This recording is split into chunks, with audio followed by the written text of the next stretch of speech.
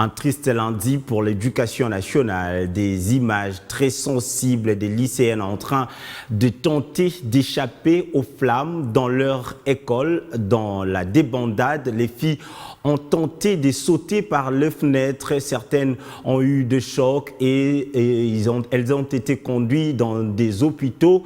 Ces images insoutenables mettent à nu l'inexistence du système de secours d'urgence, voire les gestes de secours, un drame qui a provoqué la colère des internautes qui postent depuis ce matin des images d'extincteurs. Pour eux, le manque de cet outil ou le stock très limité dans des édifices publics a amplifié les chaos. Plus de détails dans ce récit de Steve Mbouyi.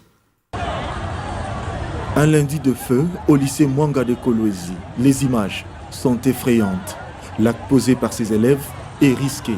Le comportement des adultes est taxé d'irresponsable.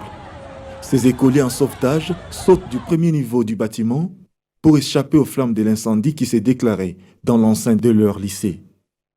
Dans cette autre vidéo, l'acte est le même. Panique totale entassée sur la toiture. Plusieurs autres tentent de se sauver en sautant avec tous les risques possibles. Ils sont réceptionnés à leur descente par des enseignants et bien d'autres sauveteurs. Ces élèves sont entre la vie et la mort. L'instinct de survie les pousse à agir de la sorte.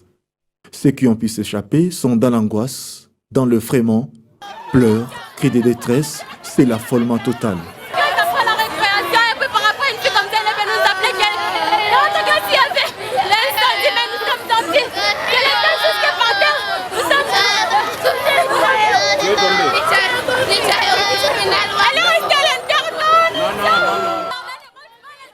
L'incendie déclaré n'a pas pu être maîtrisé à temps. Des sources concordantes font état d'un court-circuit. Parti de l'internat, n'aurait-il pas pu être maîtrisé à temps? Question ouverte. Une bâtisse gigantesque abritant une centaine d'élèves, mais pour quelles mesures de sécurité? Le drame de ce lundi a laissé la place aux inquiétudes. De tels bâtiments devraient répondre aux normes de construction et entretien et à un certain nombre de règles pour assurer notamment la stabilité du bâtiment et prévenir les évacuations des élèves ainsi que l'intervention de secours dans le pareil cas. D'après les experts en urbanisme contactés, les règles de sécurité sont les règles de construction et d'aménagement qui dépendent des caractéristiques de l'établissement. Plus le nombre d'élèves est important, plus la hauteur du bâtiment est élevée. Plus les activités sont dangereuses, plus les règles de construction sont contraignantes. Cette tragédie a soulevé un tollé sur les réseaux sociaux. Plusieurs internautes s'insurgent contre ce manque criant des unités d'intervention efficaces. Seuls 6 camions anti-incendie provenant des divers services de la ville ont pu intervenir.